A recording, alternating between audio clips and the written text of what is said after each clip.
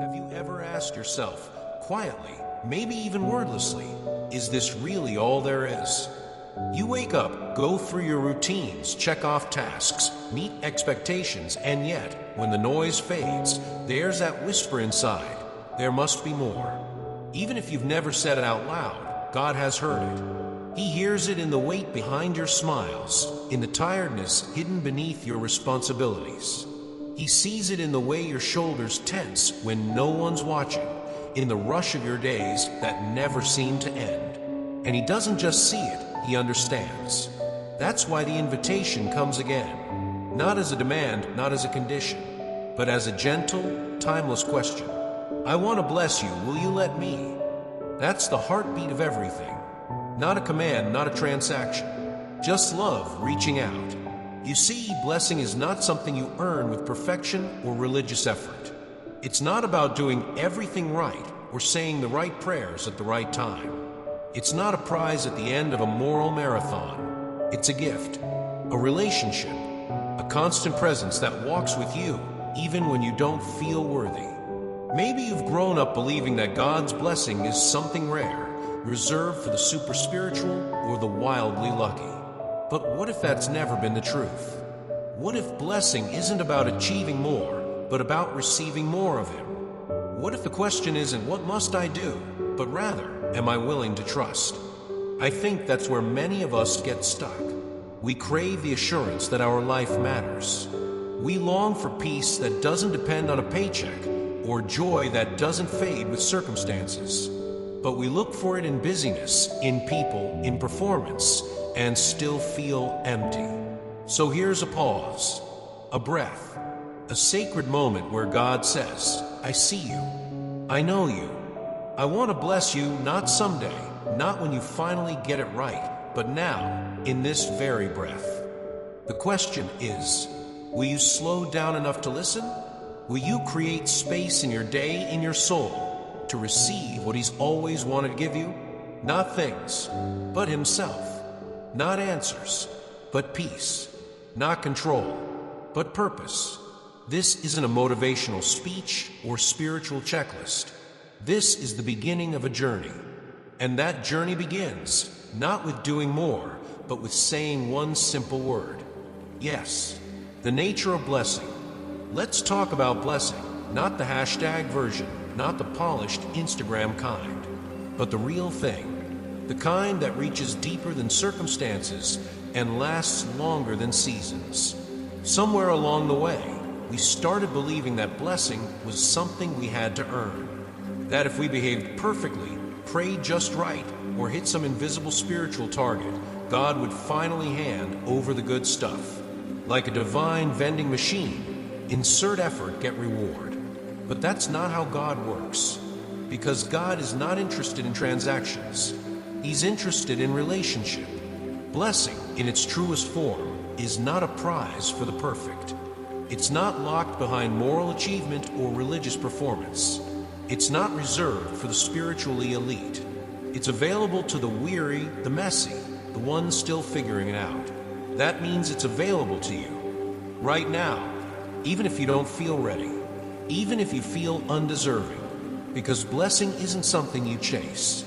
It's something you receive when you walk close to the one who gives it.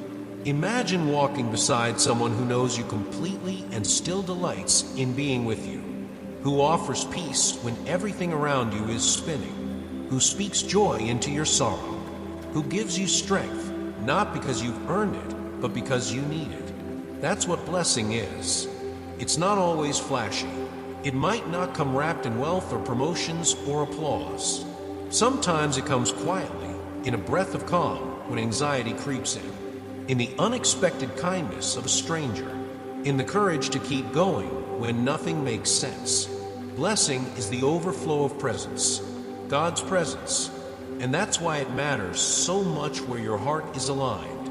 Because the closer you walk with Him, the more you begin to see blessing not just as a what, but as a who. Not just in what you gain, but in who you're becoming. The world tells us blessing looks like more stuff, more followers, more achievement.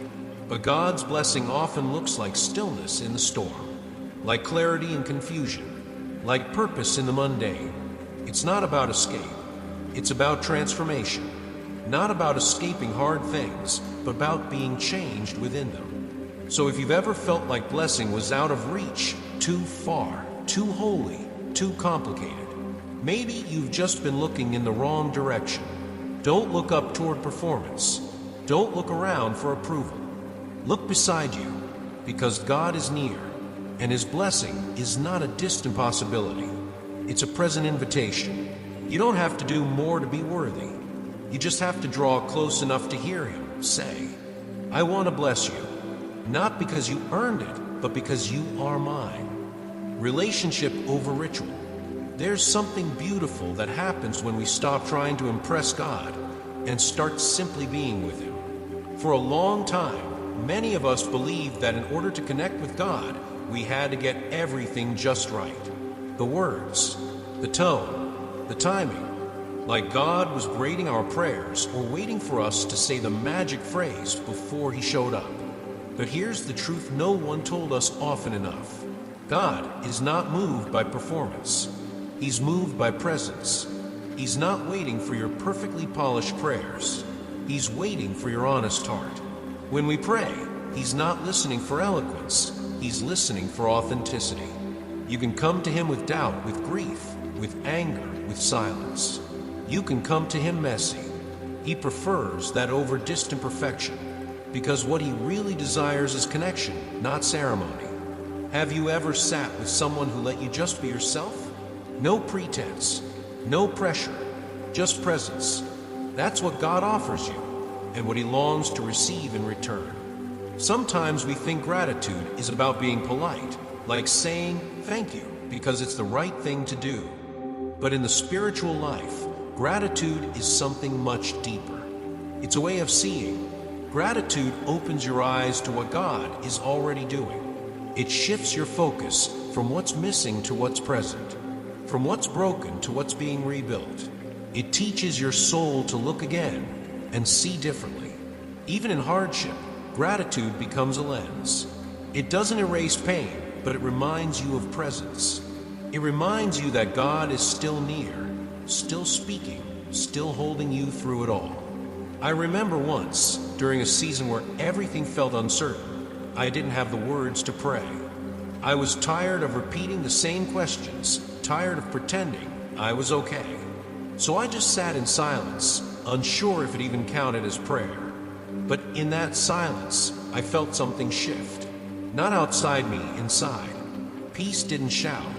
It whispered, and it was enough. That's when I realized God doesn't need noise. He desires nearness. His presence doesn't always come with fireworks. Sometimes it comes in a breath, a breeze, a moment of stillness that reminds you you're not alone. So if you've been trying to get it right with God, maybe today is your invitation to let go of all that. Let the ritual become real. Let the formality fade into friendship. Let the checklist crumble and step into conversation. Because God doesn't want your performance. He wants your heart, the invitation to walk together. Have you ever paused in the middle of a busy day and wondered, where am I headed? We chase goals, tick off to-do lists, and celebrate achievements, yet somehow feel a hollow spot inside, as though life's true path remains just out of view. What if blessing doesn't arrive at the finish line, but rather in every step you take along the way? What if, instead of measuring faith by outcomes, you measured it by companionship? God's call isn't, do this perfectly so I'll notice you. It's, walk with me through every moment, big or small, and you'll discover blessing as a natural overflow. Imagine walking a winding trail with a trusted friend. You don't ask, are we there yet, every few minutes. You revel in the conversation, the changing scenery, the shared laughter. Even when the path rises steeply, you feel secure simply because your friend is by your side. That's the heart of divine blessing, companionship, not performance.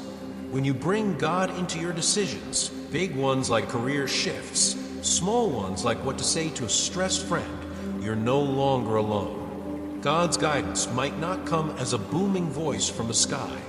More often, It's a gentle sense of peace when you're torn, a quiet nudge toward generosity when you're tempted to withhold, or a soft whisper of intuition that steers you away from regret. Let me share something personal. Last year, I faced a crossroads: stay in a comfortable job or leap into a creative passion project. I journaled, prayed, and sought counsel, but still felt torn. One morning, I sensed a simple invitation: trust me in this small step first.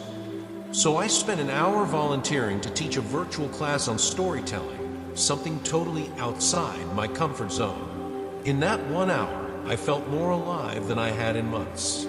That moment didn't solve everything, but it launched me into a series of doors I never expected. To me, that was blessing in action, walking with God one choice at a time. Blessing isn't a one-and-done event. It's the steady rhythm of companionship woven into daily life. When you invite God into your mornings, your work breaks, your conversations, you begin to notice a pattern. That you aren't just surviving decisions, you're thriving in partnership. Here's a question to ponder. What if every choice you make today, what to eat, who to call, what to read, became an opportunity to practice walking with God? Would your life look different? Would stress give way to surrender, anxiety to assurance? Walking with God also reshapes our understanding of success. Instead of counting the numbers, likes, promotions, milestones, we count the moments of alignment. Times when fear subsided because we sensed His presence. Times when hope rose because we felt His guidance. Moments when we paused to listen and heard the whisper of grace. So, will you step into this journey of companionship? Will you allow God into the small corners of your day?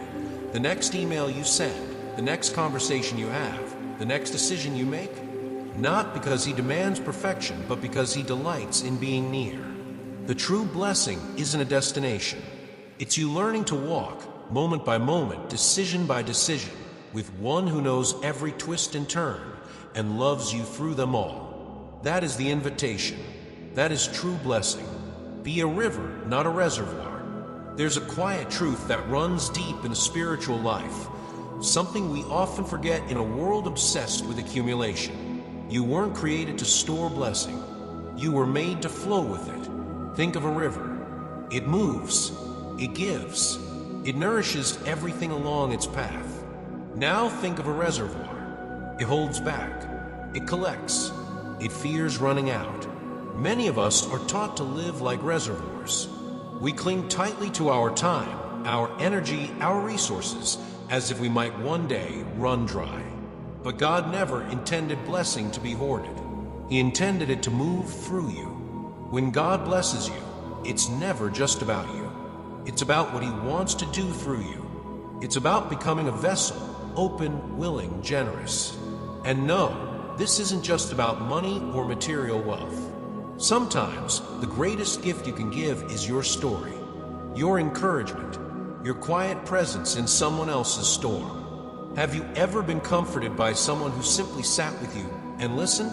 Who didn't have answers but offered their attention and compassion? That is what a river does. It doesn't solve the drought. It shows up in the dryness. Here's the paradox. The more you give away, the more capacity you have to receive. When you release your time to serve others, somehow your day feels fuller, not heavier, but deeper. When you offer forgiveness, you don't lose strength, you gain peace. When you share love, encouragement, or wisdom, you create room in your heart for more of the same. There's a kind of sacred multiplication that happens when we live open-handed. It's not subtraction, it's expansion. A generosity of spirit that draws others in and points them to something greater than us. But let's be honest, being a river takes courage. It's tempting to pull back, to say, let me get my life together first. Let me feel secure. Let me make sure I have enough.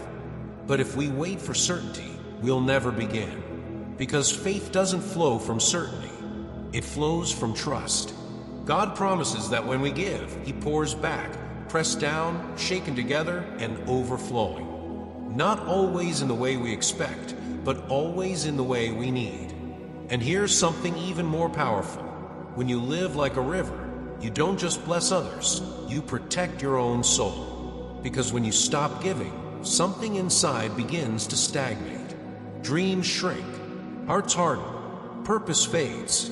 But when you give, you stay soft. You stay awake. You stay connected to the source that never runs dry. So ask yourself today, where can I be a river? Who needs my words, my presence, my time? And am I willing to trust that as I pour out, God is already pouring in? The blessing you've been given is not the end. It's the beginning of a flow that could change a life, maybe even your own. Living by faith, not by sight. Let's be honest, faith sounds beautiful in theory, but it often feels terrifying in practice. We live in a world obsessed with seeing results. We want facts, figures, tracking numbers, confirmation emails. We like clarity. We want control. But God often works in the quiet space between the questions, in the gap between steps, in the place where certainty goes silent. And that's where faith begins. Faith doesn't demand to see the full picture before moving forward. It doesn't wait until all the lights are green. Faith is choosing to step even when the path ahead is still blurry. That might sound reckless to some, but in God's kingdom, it's sacred. Because true faith is not about blind leaps, it's about trusting the one who leads. God speaks, but often not how we expect. He doesn't always shout. More often, he whispers. Through peace that doesn't make sense. Through scripture that suddenly feels alive in your spirit. Through the still, small voice that echoes in your heart when you slow down long enough to listen. I remember a time when I was desperate for a sign. I prayed, God, just tell me what to do. And I waited for lightning, for thunder, for a voice from the sky. But instead, I felt a strange sense of calm about one simple action: call someone I hadn't spoken to in years. It made no sense, but I did.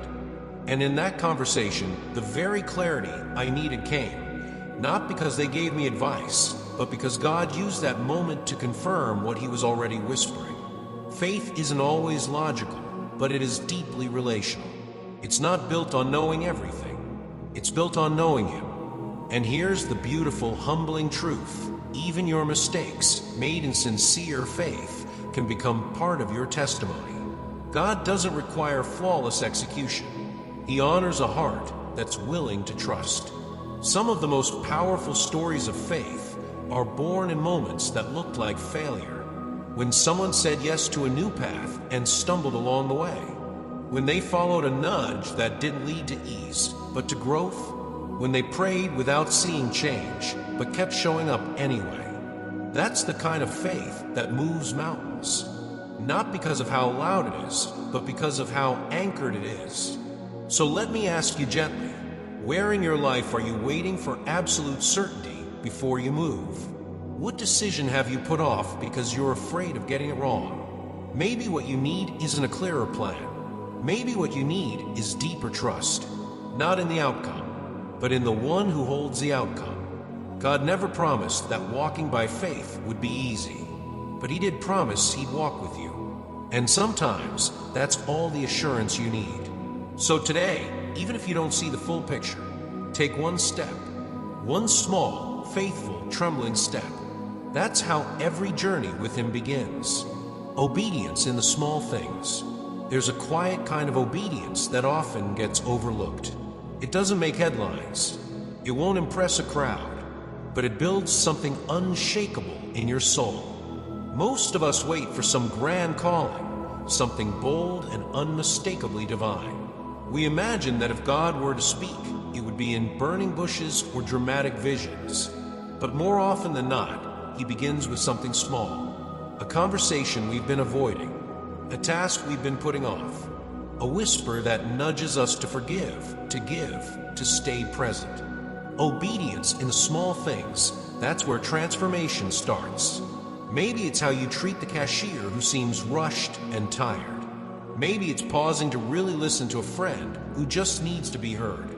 Maybe it's choosing to spend 10 minutes in quiet prayer when you could scroll for an hour instead.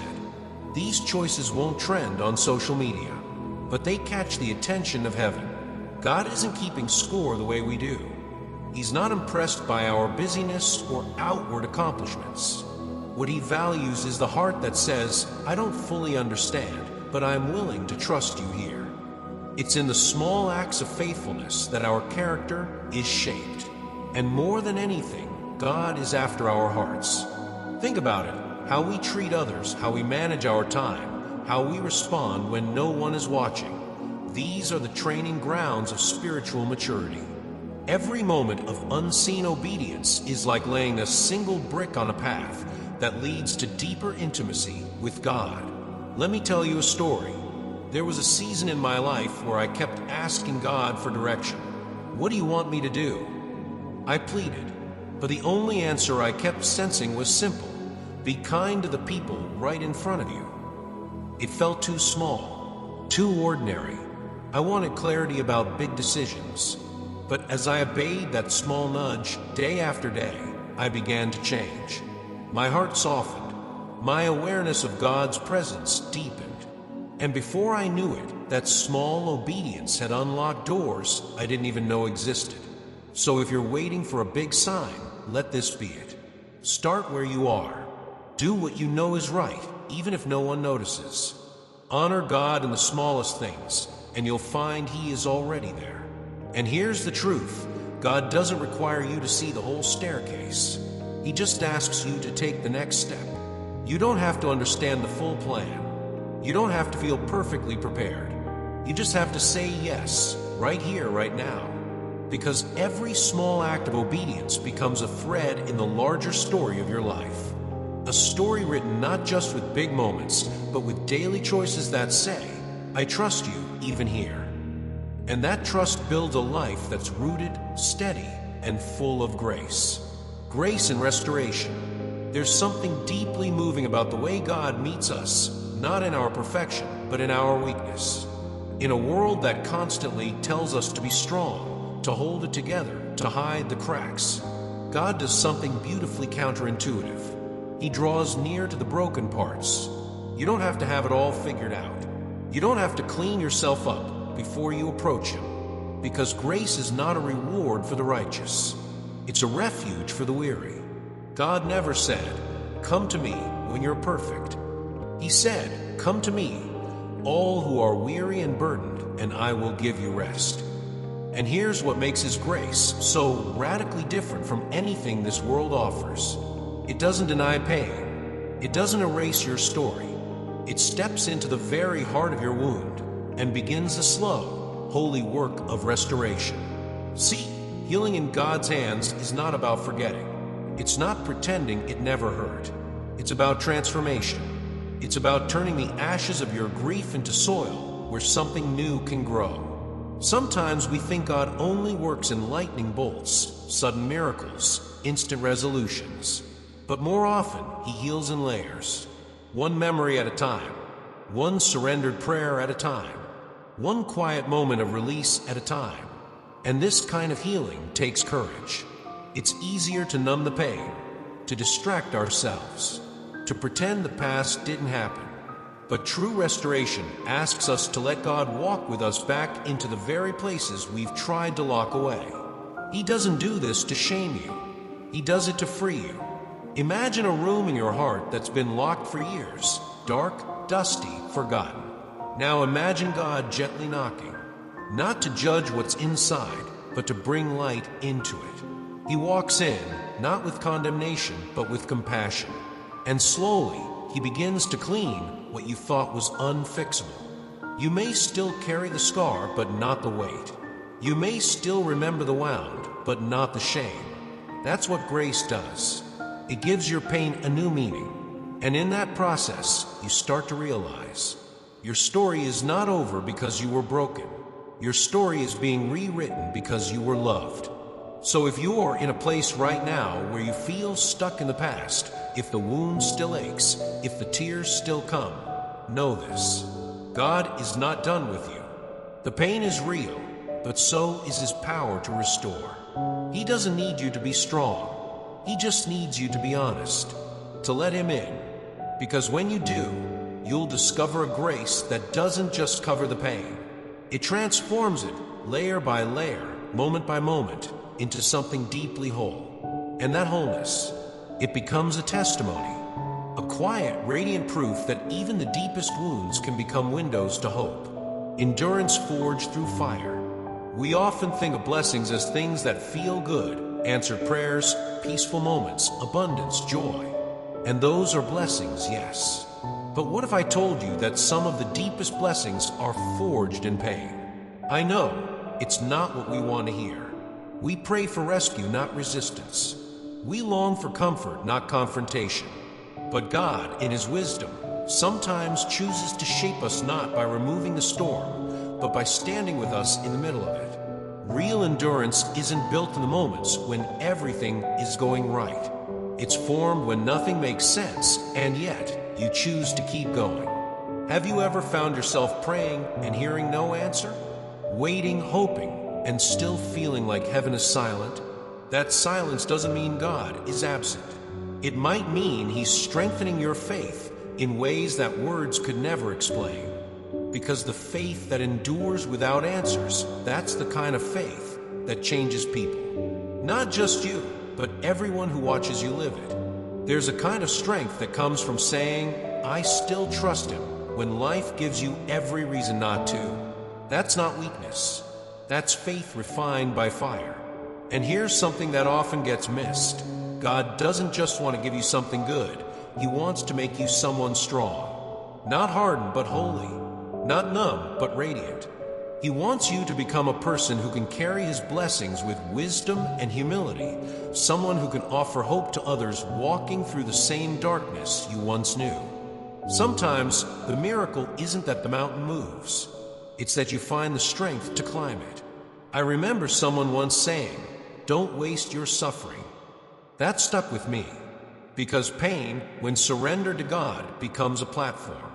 It gives weight to your words, depth to your kindness, compassion to your presence. And one day, yes, one day, you'll look back and see that what nearly broke you actually built you. That what felt like a wilderness was actually training ground. That what seemed like silence was actually a sacred invitation to lean in deeper. So if you're walking through something hard right now, don't lose heart. God sees your quiet faithfulness. He sees you getting up when it would be easier to quit. He sees the tears, the prayers, the wrestling. And in that quiet endurance, something holy is happening. You are not being overlooked. You are being refined. And perhaps the most surprising part of it all, you're becoming the blessing you once prayed for. Because God doesn't just give blessings.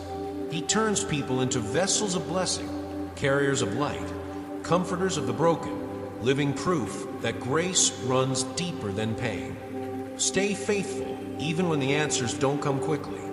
That is where real strength is born, living under His guidance.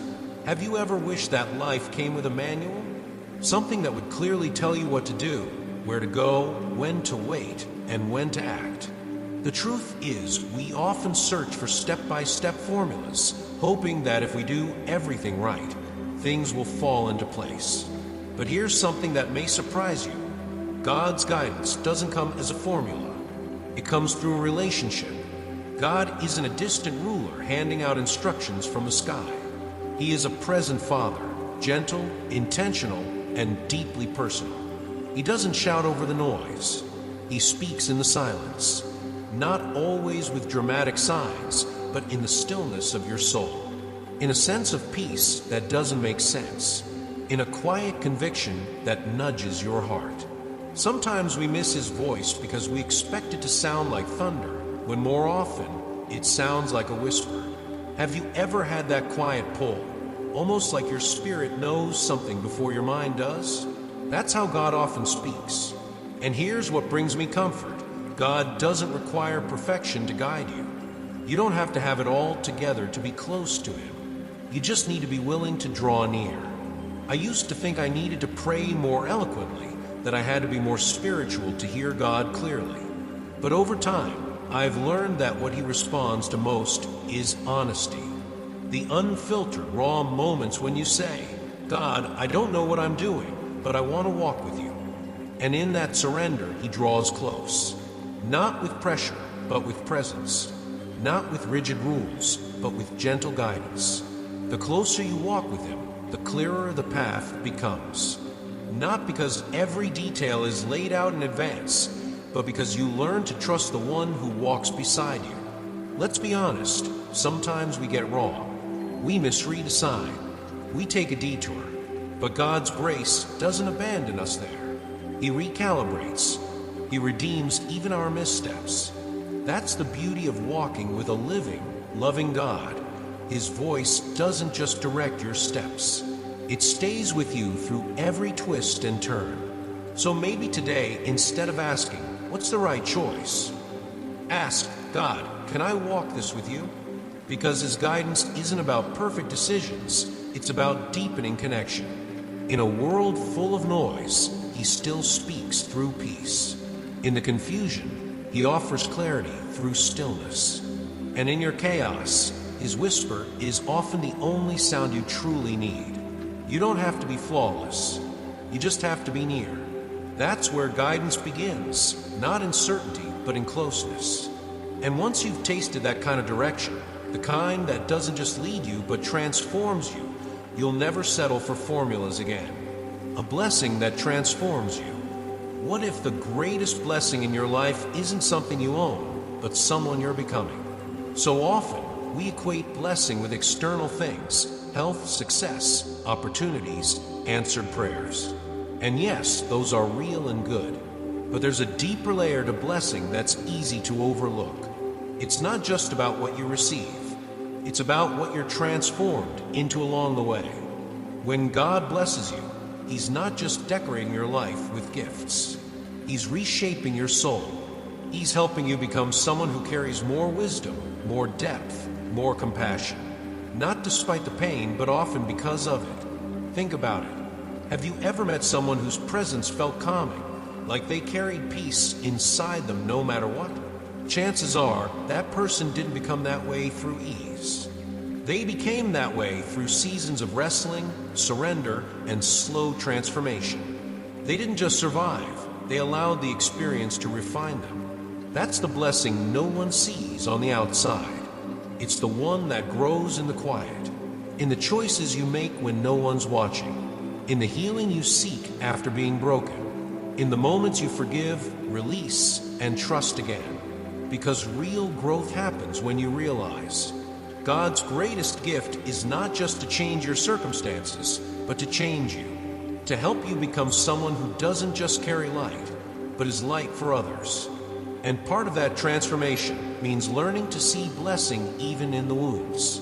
Yes, the scars tell a story, but they're no longer stories of defeat. They're stories of how love held you, how God walked you through it, how your pain didn't define you, it refined you. It's a hard truth to accept. Sometimes the places that once hurt us the most become the very places where others find healing through us. That's not coincidence. That's redemption. God doesn't waste your tears. He weaves them into wisdom, into kindness, into a heart that recognizes the brokenness in others and knows how to stand beside it without fear. So if you're wondering what your blessing is, maybe look beyond the surface. Ask yourself, who am I becoming? Are you more patient than you used to be? More forgiving? More grounded in your identity? Then that, my friend, is blessing. Not flashy, not loud, but real. Enduring. Transformative. The blessing isn't just in what you have. It's in what you now offer to the world, just by being who you are, fully present, fully surrendered, fully alive in God's grace. And that kind of transformation, that's the kind of blessing that lasts far beyond this life. It ripples, it multiplies, and it quietly tells the world, yes, I've walked through fire, but now I carry light. The strength found in surrender. We live in a world that glorifies control. The more you can manage, dominate, and predict, the stronger you appear. But what if I told you that real strength, the kind that lasts, the kind that heals, isn't found in control but in surrender? It's a counterintuitive truth. Surrender feels like weakness, doesn't it? Like giving up, like saying, I can't handle this. But with God, surrender isn't defeat. It's trust. And trust, that quiet, often trembling choice to let go, is one of the most powerful things you can do. Think about how much energy we spend trying to hold it all together, trying to be strong for everyone, to appear unfazed, unaffected, unshakable. And yet beneath the surface, many of us are exhausted, barely hanging on. But God never asked you to carry it all. He never required you to have every answer or to be constantly ready. He simply invites you to come as you are, to say, God, I don't feel strong today, but I choose to trust you. That is strength, not the absence of fear, but faith in the middle of it, not the elimination of uncertainty, but walking forward despite it. Some of the most courageous moments in life aren't loud or dramatic. They're the quiet ones. The decision to show up when it would be easier to walk away. The whispered prayer when words won't come. The breath you take after the breakdown. Those are the moments heaven sees. And in those surrendered spaces, something sacred happens. God meets you there, not as a judge, but as your strength.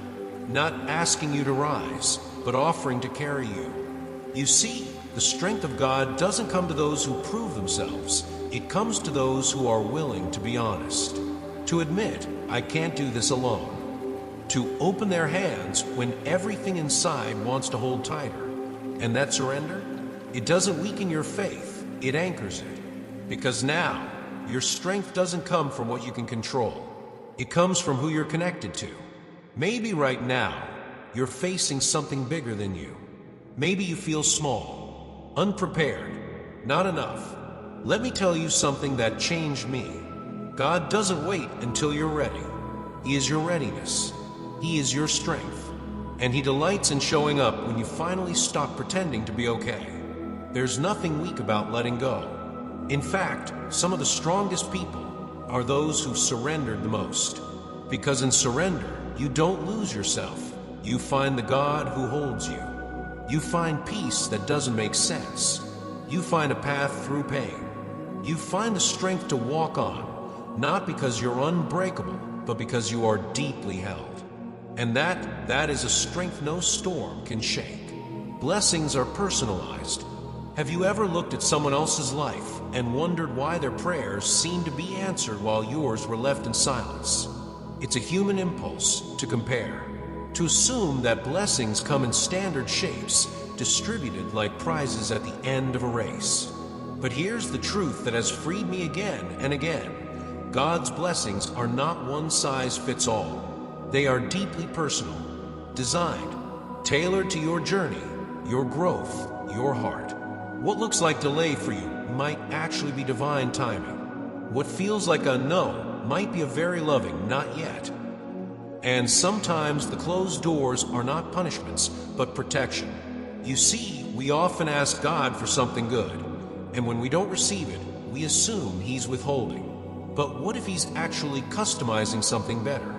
Something that won't just satisfy your wants for a moment, but nourish your soul for a lifetime? God is not interested in giving you just any blessing. He gives you your blessing, the one that speaks to your wounds, the one that stretches your faith, the one that leads you closer to who He created you to be. And yes, that means some blessings may come wrapped in discomfort. They won't always feel easy. They won't always match your expectations, but they will always carry purpose. I've learned this the hard way. There were seasons when all I wanted was relief, a breakthrough, a clear yes. But what I received instead was quiet, waiting, and what felt like detours. Looking back, I realize now, those detours were never wasted. They formed character in me. They taught me to trust, even when I didn't understand. And maybe that's what God wants most.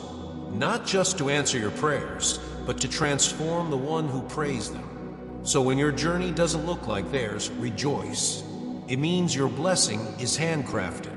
You're not forgotten. You're being shaped for something sacred. Even the no is part of His kindness. Even the silence is part of His design.